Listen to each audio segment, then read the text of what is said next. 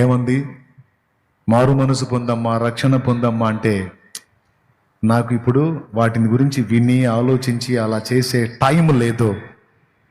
ఇంకా బోల్డ్ అంత లైఫ్ ఉంది. ఎప్పుడో చచ్చేటప్పుడు చూద్దాం, చచ్చేటప్పుడు చూద్దాం. ఎప్పుడు చావు వస్తుందో తెలియదు కనుకనే దేవుడు ఇదే రక్షణ దినం, నేడే అనుకూల సమయం అన్నాడు. అంతేగాని 1 సంవత్సరం తర్వాత రక్షణ దినం, 6 నెలల తర్వాత అనుకూల సమయం వల్ల,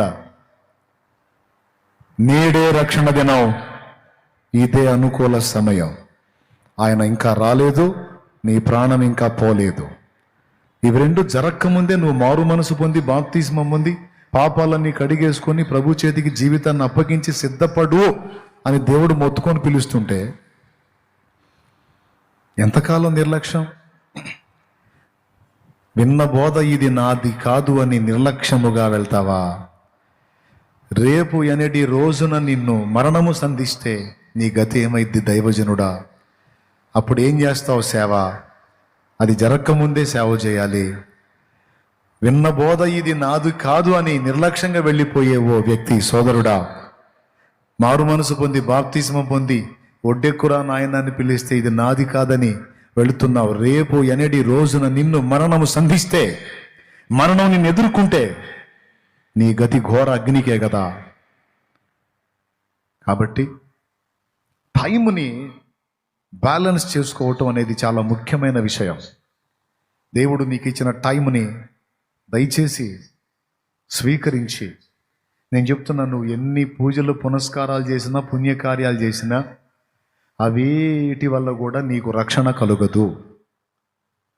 నువ్వు చేయాల్సిన పుణ్యకార్యం ఒకటి ఉంది. నేను పాపిని అని ఒప్పుకొని ఇక చెయ్యకూడదని తీర్మానించుకొని మారు మనసు పొంది బాప్తిస్మం పొంది నువ్వు యేసయ్య బిడ్డగా మారిపోవటం, యేసు చేసినటువంటి సిలువ బలియాగం మీద విశ్వాసం ఉంచటం అనే ఈ చిన్న పుణ్యకార్యం నువ్వు చేస్తే నిత్యము మండే నరకం తప్పించుకొని పరలోకం వెళ్తాం. దీనికి పైసా ఖర్చు లేదు, ఒంటికి చాకిరీ లేదు, కేవలం ఉచితం. ఇలా ఉచితంగా నీకు ఇచ్చిన అవకాశాన్ని, ఆయన ప్రాణం ఇచ్చి మరి ఇచ్చిన అవకాశాన్ని నువ్వు నిర్లక్ష్యం చేసి వెళ్ళిపోతే రేపటి రోజున నీ ఆత్మ ఎక్కడుంటుందో నువ్వే ఆలోచించు.